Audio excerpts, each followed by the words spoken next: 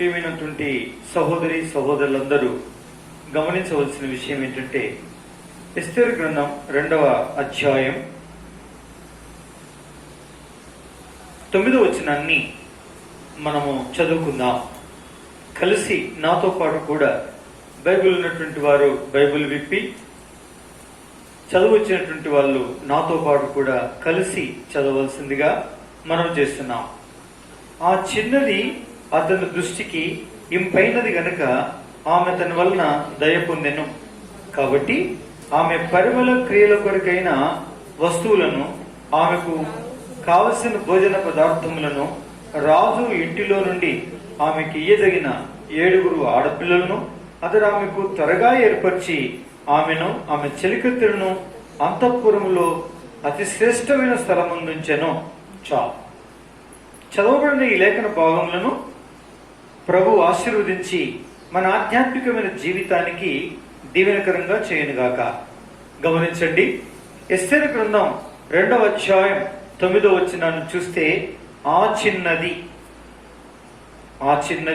అనగా ఎస్తేర్. గత వర్తమానాల్లో మనం ఏం చూస్తూ వచ్చాము అంటే, 9వ వచనంలో ఆమె హేగే అనే నపుంసకుడికి స్త్రీలను కాయు, ఈ హేగే అను ఆయన దృష్టికి ఇంపైనదిగా కనిపించింది కాబట్టి అతని వలన దయ పొందెను అని మనం చూస్తూ వచ్చాం. మరలా చూడడం వల్ల పడదు. అయితే 9వ వచనంలో మనం ఇప్పుడు ఏం చూడబోతున్నామంటే, కాబట్టి ఆమె పరిమళ క్రియల కొరకైన వస్తువులను ఆమెకు ఇవ్వబడినది. గమనించండి ప్రియమైన వాళ్ళరా, ఇదంతా ఎందుకు అంటే, పరమ విభుడైనటువంటి యేసుక్రీస్తు ప్రభువారు మనల్ని ఒకానొక దినం ఆయన వచ్చి మనని వరించనయ్యున్నాడు. అనగా ఆయనకు నచ్చిన వారిని ఆయన పరమునకు తీసుకుపోనయ్యున్నాడు.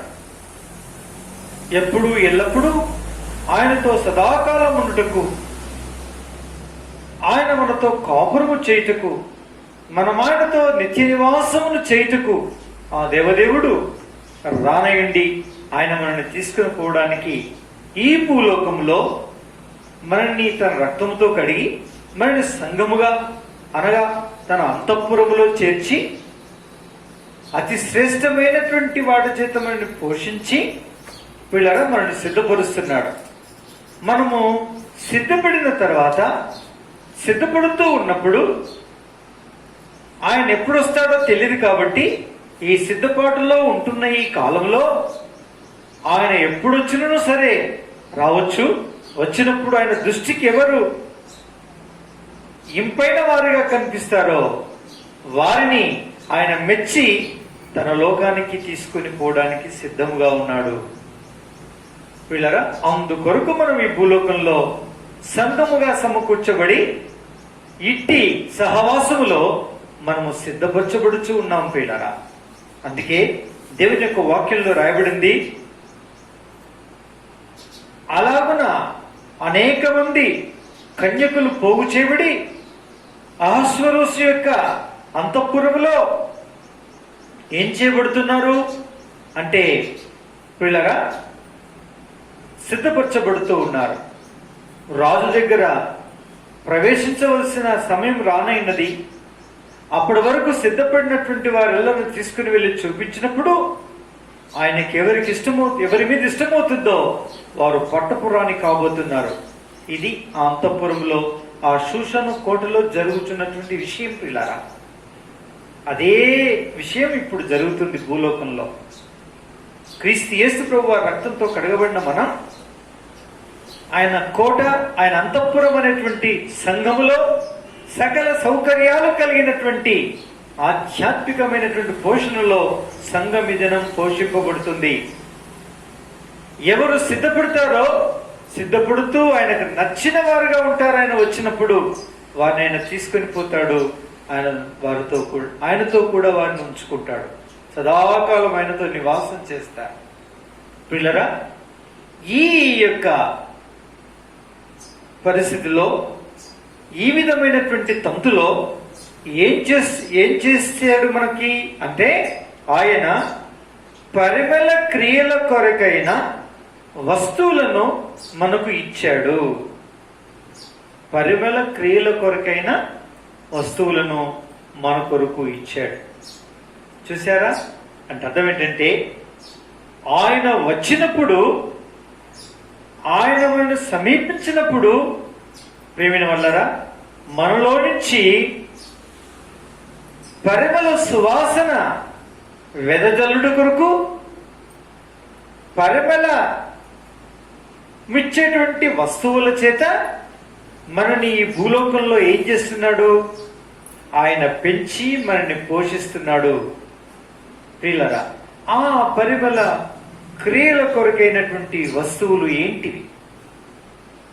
ఆ పరిమళ క్రియల కొరకైనటువంటి వస్తువులు ఏవై ఉన్నవి? దైవవాక్య ప్రకారంగా ఇప్పుడు పరిమళ క్రియల కొరకైనటువంటి వస్తువులు అని అక్షరానుసారంగా చూస్తే, సువాసన వెదజల్లేటువంటి అనేక పరిమళాలతో తయారు చేసినటువంటి రకరకాలైనటువంటి సోప్స్, బాడీ స్ప్రేస్, ఆ తర్వాత అత్తరు లాంటి నానా రకాలైనటువంటి పెర్ఫ్యూమ్స్, ఇవన్నీ కూడా పరిమళ క్రియల కొరకై వినియోగించేటువంటి వస్తువులుగా మనము చూడగలం. చూసారా? ఇది అక్షరానుసారంగా. అయితే అక్షరానుసారంగా దైవ గ్రంథములో కీర్తన గ్రంథము 45వ అధ్యాయంలో 8వ వచనాన్ని దయచేసి ఒకరు చదివి సహాయం చేయండి.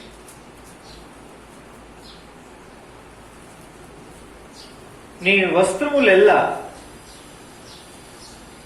గోపరస వాసనే, అగరు వాసనే, లవంగి పట్ట వాసనే,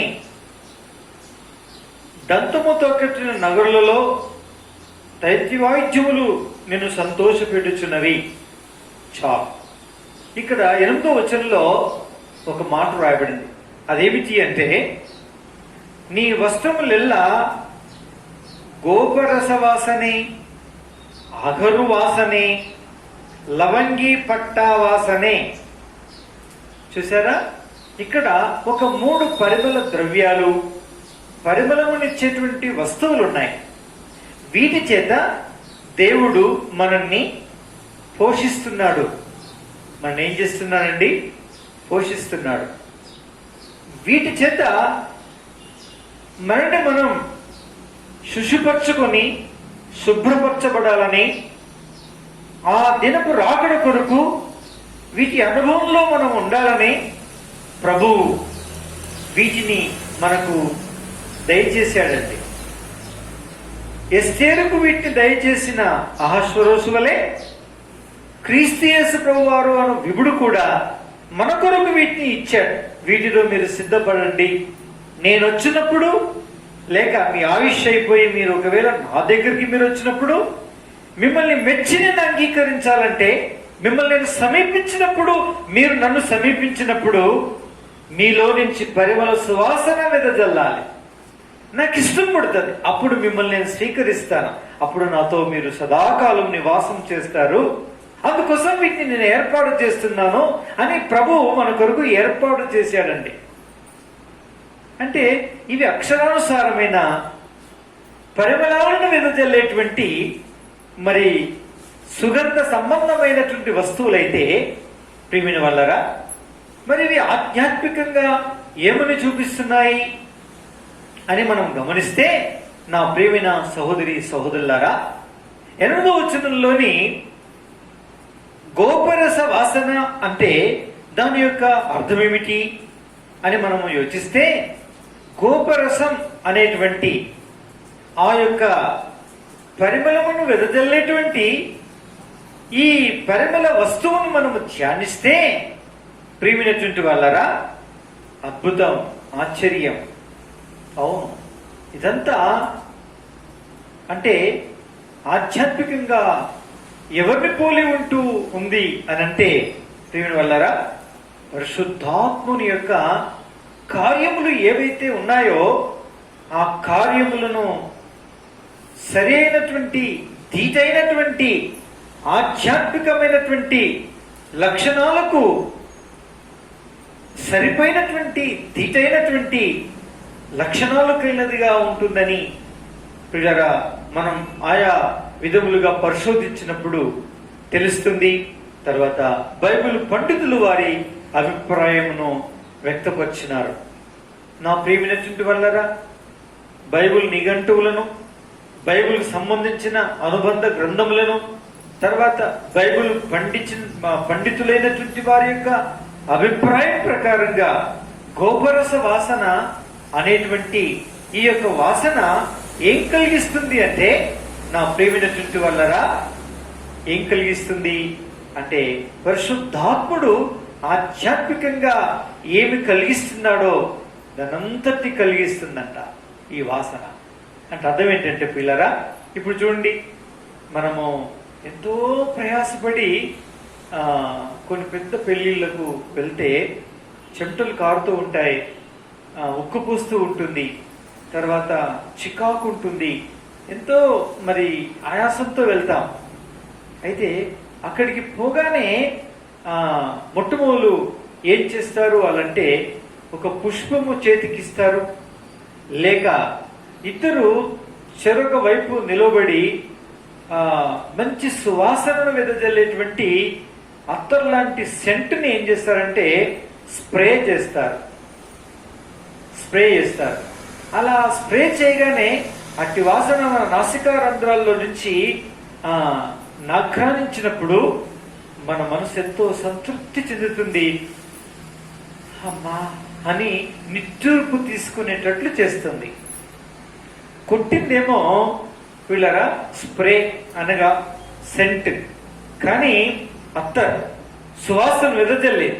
కానీ అదెంతో మనసుకు ఏదో సంతృప్తినిచ్చేదిగాను, నిట్టూర్పు విడిచేవారిగాను చేసేస్తుంది. ఇదేంటండి? అవును, అలసిన దేహాలకి సేద తీర్చేదిగాను, ఇంకా కొంచెం లోపలికి వెళ్ళేసరికి చల్లటి ఆ యొక్క ఏసీ, ఆ యొక్క సిస్టమ్ లేక ఆ హాలంతా కూడా పుష్పముల చేతను, ఈ చల్లడిదనం చేతను ఇంకెంతో నెమ్మదిని కలవారంగా నాలుగు అక్కడ గడిపే ఆ కొద్ది సమయమైనా సరే పిల్లరా మన ఇంటి సమస్యలను, నానా రకాలైనటువంటి ఇబ్బందులను, వాటన్నింటినీ కూడా మర్చిపోయి విడిచిపెట్టిన వారంగాను ఆ కొద్దిసేపు ఏ విధమైన బాధ బంధురీ లేని వారిగా ఫీల్ అవుతాం పిల్లరా. చూసారా? అంటే అక్కడ ఏం కలుగుతుంది మనకి? అక్కడ ఏం కలుగుతుందంటే గత కాలపు స్మృతులు, ఇంటి దగ్గర జరిగిన సంఘటనలు, మనం ఎదుర్కొనేటువంటి ఆర్థిక సంబంధమైన ఇబ్బందులు, వీటన్నిటిని మర్చిపోయేటట్టు చేస్తుంది ఆ వాతావరణం, ఆ సువాసన, ఆ చల్లడిదనం. నా పిల్లరా, అంటే ఒక మాట చెప్పాలంటే జ్ఞప్తి లేకుండా అవుతున్నాం. గతకాలపు జ్ఞప్తి, పాపపు జ్ఞప్తి, లేక కలవరము, కలతల యొక్క జ్ఞప్తి అంటే జ్ఞాపకాలు, సమస్యల యొక్క జ్ఞప్తి, సమస్యల యొక్క ఒకలాంటి విసుగు, విరక్తి, వీటన్నిటి కూడా మనము మర్చిపోయే వారంగా ఉన్నాం. ఆ కొద్ది సమయమైనా సరే మర్చిపోయే వారంగా ఉన్నాం. పిల్లరా, ఎంతో అక్కడ కలిసినటువంటి మనుషులతో కొద్దిసేపు మాట్లాడటం ద్వారా పిల్లరా మన రకమైనటువంటి, మనని పోలినటువంటి, కష్టమే ఎల్లదీస్తున్నటువంటి, మన ఆత్మ కలిసినటువంటి వ్యక్తి ఎవరైనా కలిసి కొద్దిసేపు మాట్లాడిన కారణాన ఏదో బరువు తెంచుకున్నట్టు అనిపిస్తుంది. అంటే ఆదరణ కలుగుతుంది. చూడండి, వాతావరణం అంతా కూడా ఏం చేస్తుందండి? ఆదరిస్తుంది. ధైర్యపరుస్తుంది. గతకాలపు చెడ్డ స్మృతులు ఏవైతున్నాయో వాటన్నిటినీ మర్చిపోయేటట్టు చేస్తుంది. ఈ ప్రకారంగా మనము చూసినట్లయితే ఇవన్నీ కూడా అద్భుతమైనటువంటి సహవాసమును ఇస్తూ ఉన్నాయి. గోపరసం. అందుకే ప్రియమైన వల్లరా పరిశుద్ధాత్ముని చేత పోల్చబడింది. పరిశుద్ధాత్ముని చేత పోల్చబడింది. చూసారా? కాబట్టి దేవుని ప్రజలమైన మనం ప్రభువు చేత రక్తము చేత కడగబడి సమకూర్చబడినటువంటి మనం ఏ అనుభవాన్ని కలిగి ఉండాలి? తండ్రైన దేవుని ప్రేమ, ప్రభువైన యేసుక్రీస్తు వారి కృప, పరిశుద్ధాత్ముని యొక్క ఏమి తోడైనగా కానీ ఆశీర్వదించి పంపిస్తారు. పరిశుద్ధాత్ముని యొక్క అన్యోన్య సహవాసం. పరిశుద్ధాత్మ సహవాసం కాదు, అన్యోన్య సహవాసం. చూసారా? ఈ సహవాసం ద్వారా ఏం కలుగుతుంది అంటే, అన్యోన్య సహవాసం అంటే అర్థం ఏంటండి? మనం ఆయనకి ఇవ్వడం, ఆయన మనకివ్వడం అంటే అర్థం ఏంటి? ఆయనతో మనం మాట్లాడడం, ఆయన మనతో మాట్లాడడం. చూసారా? ఇది అచ్చం అద్భుతమైనటువంటి ఆదరణ అనుగ్రహించేటువంటి పరిశుద్ధాత్ముని యొక్క సహవాసం. పిల్లరా, ఒక 5 నిమిషాలు లోపటలోకి వెళ్ళి, ప్రేయర్ రూమ్లోకి వెళ్ళి, మనం మోకాళ్ళ మీద ఉండి ఆయన సన్నిధానంలో మనకుండే భారాలు, మనకుండే కష్టాలు, మనకుండే వేదనలు, మనం ఎదుర్కొన్న సమస్యలని పిల్లరా ఏకదాటిగా ఆయనకు చెప్పుకుంటున్నప్పుడు ఏమి సంభవిస్తుంది? ఎంతో అద్భుతమైనటువంటి ఆదరణ కలుగుతుంది. నానా రకాలైనటువంటి పరిశుద్ధమైనటువంటి తలంపులను ఆయన మన మస్తిష్కంలో ఏం చేశారండి? నింపుతాడు. అంటే నిండు వేసవి కాలంలో చల్లటి మంచు బిందువులు మన మీద పడితే, మన మీద కురిస్తే, మన మీద చల్లబడితే ఎలా మన ప్రాణం చల్లబడుతుందో ఆ రీతిగా ఆయన పరిశుద్ధాత్ముని యొక్క ఆ ప్రార్థనలో ఆయన ఇచ్చేటువంటి తలంపుల చేత, ఆయన ఆలోచనల చేత, ఆయన మనతో సంభాషించే సంభాషణలో అదే రీతి ప్రశాంతతను మనం అక్షరాల అనుభవించే వారమై ఉంటాం పిల్లల. ఇది ఆశీర్వాదం. చూసారా? అంటే దేవుడు యేసుక్రీస్తు ప్రభువారు ఆయన వచ్చినప్పుడు సిద్ధపడి ఆయన మెచ్చేవారంగా ఉండాలంటే మొట్టమొదలు ఈ పరిమళ ద్రవ్యం యొక్క వస్తువు యొక్క అనుభవంలో, అనుభూతిలో ఉండాలి. ఆయన ఇచ్చిన మొట్టమొదలు పరిమళమును వెదజల్లేటువంటి ఆ పరిమళ వస్తువు ఏమిటంటే గోపరసం. గోపరసం. గోపరసం అని అంటే నా ప్రియులారా మనకు అర్థమైపోయింది, పరిశుద్ధాత్ముని యొక్క సహవాసం. పరిశుద్ధాత్మలోని మెల్లని స్వరం, ఆత్మ ద్వారా చెప్పనశక్యమైన మూలుగులతో మనం మొరపెట్టుట, మూలుగుట అనేటువంటి ప్రార్థనలు చేయటం ద్వారా, ఆయనతో మనం సంభాషించడం ద్వారా, ఆయన మనతో సంభాషించడం ద్వారా, ఆయన అద్భుత తలంపులన్నీ కూడా మన యొక్క సమస్యల యొక్క కుప్పలో పేరుకుపోయిన భయంకరమైనటువంటి పరిస్థితుల్లో ఉంటున్నప్పుడు ఆయన అనుగ్రహించేటువంటి సహవాసం యొక్క ఆదరణ చేత మనం అన్ని సమస్యలకు పరిష్కారమును, మన మస్తిష్కములో, మన మనసులో చెల్లరయ్యే ప్రతి ప్రశ్నకు జవాబును, మన యొక్క సమస్త విధమైనటువంటి వాటన్నిటికీ విరుగుడును మనం అనుభవిస్తూ ఉంటే మన ఆత్మ ఉల్లసించి సంతోషిస్తూ ఉంటుంది. ఈ సహవాస అనుభవాన్ని, ఈ పరిశుద్ధాత్ముడు అనేటువంటి గోపరస అనుభవాన్ని ప్రతి నిత్యం ఒక విశ్వాసి కలిగి ఉండాలని దేవుడు ఈ పరిమళ ద్రవ్యాన్ని మన కొరకు ఏర్పాటు చేశాడు. ఈ అనుభవాన్ని కలిగి ఉన్నవారు ఏం చేస్తారండి? ఏం చేస్తారు? ఈ అనుభవం కలిగి ఉన్నటువంటి వారు ఏం చేస్తారు చెప్పండి? ఏం చేస్తారంటే యోహాను సువార్త 12వ అధ్యాయంలో ఒక ఆమె ఉన్నారు. ఆమె ఏం చేసిందో అదే చేస్తారు. చూడండి ఏం చేస్తారు. 3వ వచనం చదవండి. త్వరగా.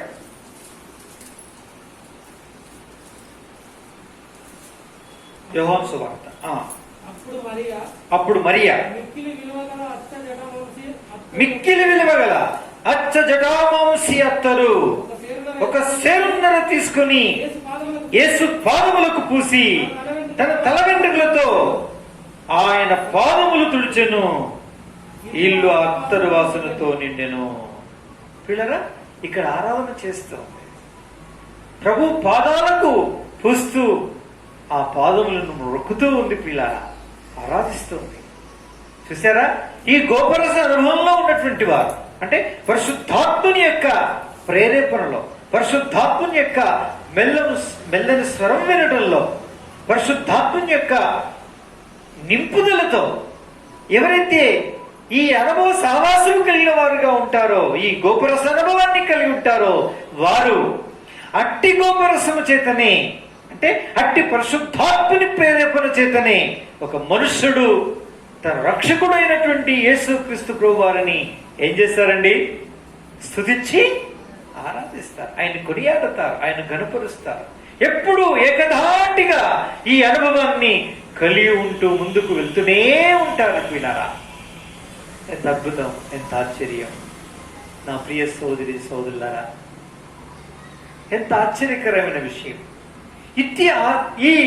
ఈ యొక్క అనుభవం మనుషుల్ని ఏం చేస్తుంది అంటే, నా ప్రియమైనటువంటి వాళ్ళారా, ఇట్టి అనుభవం మనుషుల్ని ఏం చేస్తుంది అంటే, దేవుని యొక్క వాక్య ప్రకారంగా ప్రియమైనటువంటి వాళ్ళారా, నిత్యము ఉత్తేజముతో కూడినటువంటి జీవితాన్ని, ఉత్తేజముతో కూడినటువంటి భక్తిని కలిగి ఉండే ఆ యొక్క గొప్ప భాగ్యాన్ని మనుషుడు కలిగి ఉంటాడు. ఎంత మంచి మాట చూసారా! కాబట్టి నా ప్రియ సోదరి సహోదరులారా, దేవుని యొక్క వాక్య ప్రకారంగా దేవుడు ప్రజలైనటువంటి వారిగా మనము యోచించాల్సినటువంటి సత్యమైనటువంటి విషయం ఏమిటంటే, దేవుని యొక్క వాక్య ప్రకారంగా ఈ ప్రకారమైనటువంటి అనుభవాన్ని మనము కలిగి ఉండాలి. అందుకే ఒకరోజు నేను చాలా నిరాశతో, విసుగుతో, విరక్తి చేత దేవుని సన్నిధికి వెళ్ళాను, అనగా మందిరానికి వెళ్ళాను. ఈరోజు నోరు పెరిగిపోద్దు, అందరు పాటలు పాడినా ఎదుగు కూడా కాలిపోద్ది. ఈరోజు ఆరాధన చేస్తే నేను కూడా ఆరాధన చేయొద్దు, వాళ్ళతో పాటు కలిసి ఆరాధన చేయొద్దు. నేను ఈరోజు నోరు పెదప అని ఏవేవో పరిస్థితుల్ని నా తలంపుల్లో ఉంచుకొని కొంచెం విసుగుతో, విరక్తి చేత, నిరాశ చేత, నిస్పృహ చేత దేవాలయంలోనికి, దేవుని మందిరంలోనికి ప్రవేశించాను. అన్నట్టే నేను పాటలు పాడారు, అయిపోయింది. ఆరాధన వర్తమానం ఇచ్చారు, అయిపోయింది. ఆ తర్వాత పాట పాడితే సండే స్కూల్కి వెళ్ళిపోయారు. ఆ తర్వాత ఒక్కొక్కరు ఆరాధన చేస్తూ ఉన్నారు. చేస్తూ ఉంటే మంచిగానే చేస్తున్నావు ఆరాధన అనుకుంటావు, నా అంతర్యంలో నాకు మూత్రం చేసిందా అనుకుంటావా. అలా దాదాపు 2, 3, 4, 5 చేశారు. దర్శన ఒక సిస్టర్ ఎత్తుకుంది. ఆ సిస్టర్ ఎత్తుకొని ఆమె ఏం చేస్తుందంటే ఆరాధన చేస్తూ ఉంది. విన్న వాక్యానికి తన గత జీవిత కాలం యొక్క అనుభవాలను సరిపోల్చుచు తలుచుకుంటూ ఆయన్ని ఆరాధిస్తూ ఉంది. ఆరాధిస్తూ ఉంటే అక్కడ నేను పట్టుబడిపోయాను. అక్కడ ప్రభు అంటున్నాడు, ఈ సహోదరికి చేసిన వాట్లల్లో ఆమె స్థితి చూడు, ఆమె గతి చూడు, అయినను సరే ఆమె ఏ విధంగా తాకబడి, ఏ విధంగా తాను వాస్తవికంగా మరి దేవుని చేత, దేవుని వాక్యం చేత హెచ్చరింపబడి సరిపోల్చుకొని ఆమె చేస్తూ ఉందో చూడు. ఆమె పలికిన మాటల్లో, ఆమె వివరించిన వివరణలో నీకు నేనేం తక్కువ చేశాను. అలాంటి పరిస్థితుల్లో ఉన్న ఆమెను నేనేమేమి చేశానో వాటన్నిటిని వర్ణిస్తూ ఉంది, స్తుతిస్తూ ఆరాధిస్తూ ఉంది. ఇందులో నువ్వెంత మాత్రం తీసిపోయిన వాడివి, నీకేమాత్రము తక్కువ చేశాను నేను అని ప్రభు మాట్లాడుతూ ఉన్నాడు. ఆమె చేస్తూనే ఉంది. ఆమె చేసే ప్రతి మాట ద్వారా, ఆమె నోటిలో నుంచి వచ్చే ప్రతి మాట ద్వారా, ఆమె ఆరాధించే ప్రతి ఆరాధన వాక్కుల ద్వారా నేను గుచ్చబడుతూ ఉన్నాను.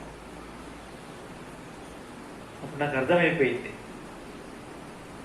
ఓ నేను కూడా ఏం చేయాలి? ఆరాధన చేయాల్సిందే, ఆరాధన చేయవలసిందే. నువ్వెందుకు నోరు మోసుకుంటావు?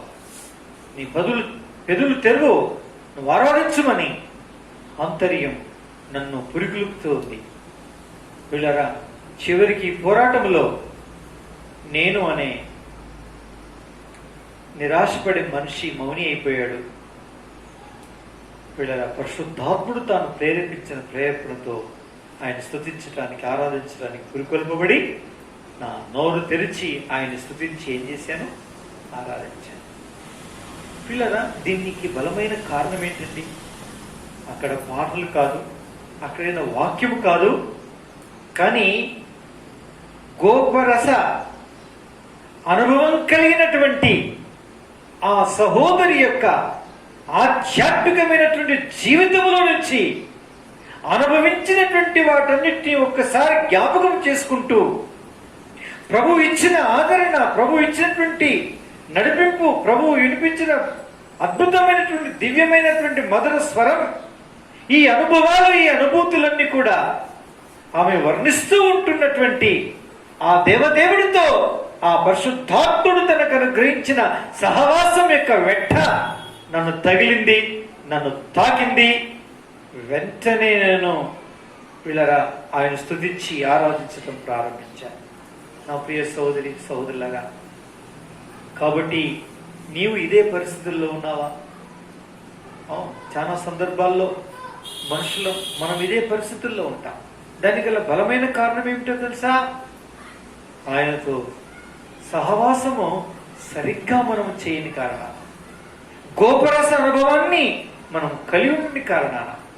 అందుకే పరిశుద్ధాత్మ యొక్క సంధింపులో మనం ఉండాలి. పరిశుద్ధాత్మని యొక్క పురికొల్పులో, పరిశుద్ధాత్మని యొక్క నింపుదలలో, పరిశుద్ధాత్మని యొక్క పూర్ణతలో పిల్లరా మనం ఎప్పుడైతే ఉంటామో అప్పుడు తప్పనిసరిగా మనం ప్రేమినటువంటి వల్లరా ఏకదాటిగా ఆయనతో సహవాస సంబంధం గల వారంగా కొనసాగుతున్నాం. కాబట్టి ఆరాధిస్తాం, ఆయన కొనియాడతాం, ఆయన ఘనపరుస్తాం. ఇట్టి గోపరసానుభవం కలిగినటువంటి ఆ మరియా సేరున్నర అత్తరు కలిగిన బుడ్డి తీసుకుని వచ్చి ఆయన పాదాలకు పూసి తనవి తీరా ప్రభును పూజించి ఏం చేస్తుందండి? ఆరాధిస్తుంది. నీకు ఈ అనుభవం ఉందా? ఆ అనుభవం కొరకు నిన్ను ప్రతిష్ఠించుకో. ప్రభువా, నేను అందరితో సహవాసం చేస్తున్నాను. భార్య భర్తతో చేయవచ్చు, భర్త భార్యతో చేయవచ్చు, కన్నా కుమారులు కుమార్తెలతో సహవాసం చేయవచ్చు, మనమలు మనవరాళ్లతో సహవాసం చేయవచ్చు, స్నేహితులతో చేయవచ్చు, మనకంటే పై వారితోనూ, మనతో సమానమైన వారితోనూ, మనకంటే లోయెస్ట్ దిగువగా ఉండేటువంటి వారితోనూ చేయవచ్చును. కానీ పరిశుద్ధాత్మలతో నీకు సహవాసం ఉందా? వాక్యం చదివేటప్పుడు పరిశుద్ధాత్మని యొక్క ప్రేరేపణ చేత ఒక మాట కాదు, ఎన్నెన్నో అర్థాలు అర్థం చేయించే పరిశుద్ధాత్మని యొక్క సహాయము పురికొల్పు చేత బైబిల్ చదవగలుగుతున్నావా? ప్రార్థన చేయగలుగుతున్నావా? ఉచ్చరింప శక్యము కాని మూలుగులతో తానే మన ఆంతర్యంలో ఉండి మూలుగుతున్నటువంటి పరిశుద్ధాత్ముని యొక్క మూలుగ వల్ల కలిగే ప్రార్థన మొరపెట్టేటువంటి విధానమును నువ్వు అనుభవించగలుగుతున్నావా? నీవెన్నడూ ఊహించని తలంచని విషయాలు అనేకం నీ నోటికి ఒక్కొక్క మాట వస్తూ ఉంటే ఇక ముగిస్తామని ముగించకుండా అలాగే ప్రార్థన చేయటంలో కొనసాగే వ్యక్తిగా ఉంటున్నావా? ధన్యుడవు, ధన్యురాలవు. నువ్వేమిట్లో ఉన్నావో తెలుసా? గోపరస అనుభవంలో ఉన్నావని అర్థం. గోపరస అనుభవంలో ఉన్నావని అర్థం. గోపరసం యొక్క శుద్ధిలో ఉన్నావని అర్థం. గోపరసం అనేటువంటి పరిమళ ద్రవ్యపు అనుభవంలో ఉన్నావని అర్థం. అనగా పరిశుద్ధాత్ముని యొక్క నడిపింపులో, పురికొల్పులో, నింపుదలలో, ప్రేరేపణలో, ఆయన బెల్లని స్వరానుభవంలో నీవు ఉన్నావని దాని యొక్క అర్థం నా ప్రియ సహోదరి సహోదరుడా. ఈ అనుభవం అసలే నీకు లేదా? ఈ దినం కోరుకో, దేవా ఈ అనుభవం నాకు ఇవ్వండి, ఈ అనుభవం నాకు ఇవ్వండి, పరిశుద్ధాత్మ స్వరానుభవం నాకు ఇవ్వండి, పరిశుద్ధాత్మ సహవాసానుభవం నాకు ఇవ్వండి, పరిశుద్ధాత్మ యొక్క మూలుగుతో చేసే మొరలు పెట్టే ప్రార్థన చేసే ఈ పరిశుద్ధాత్మ యొక్క మూలుగానుభవాన్ని నాకు ప్రసాదించండి. నీ నింపుదల, నీ ప్రేరేపణ, నీ యొక్క అద్భుతమైనటువంటి ఆ దివ్యానుభూతులను నాకు అనుగ్రహించు. ఇట్టి సహవాసములో నేను కొనసాగాలి ప్రభువా. మీరు వచ్చే వరకు, నా యాత్ర ఈ భూలోకంలో ముగించే వరకు ఇట్టి అనుభవం కలిగినటువంటి వ్యక్తిని జీవించాలి. దేవా ఎందుకొరకు నన్ను జ్ఞాపకం చేసుకో తండ్రి, నన్ను ప్రతిష్ఠించుకోవాల్సిన వ్యక్తి వహించున్నావు.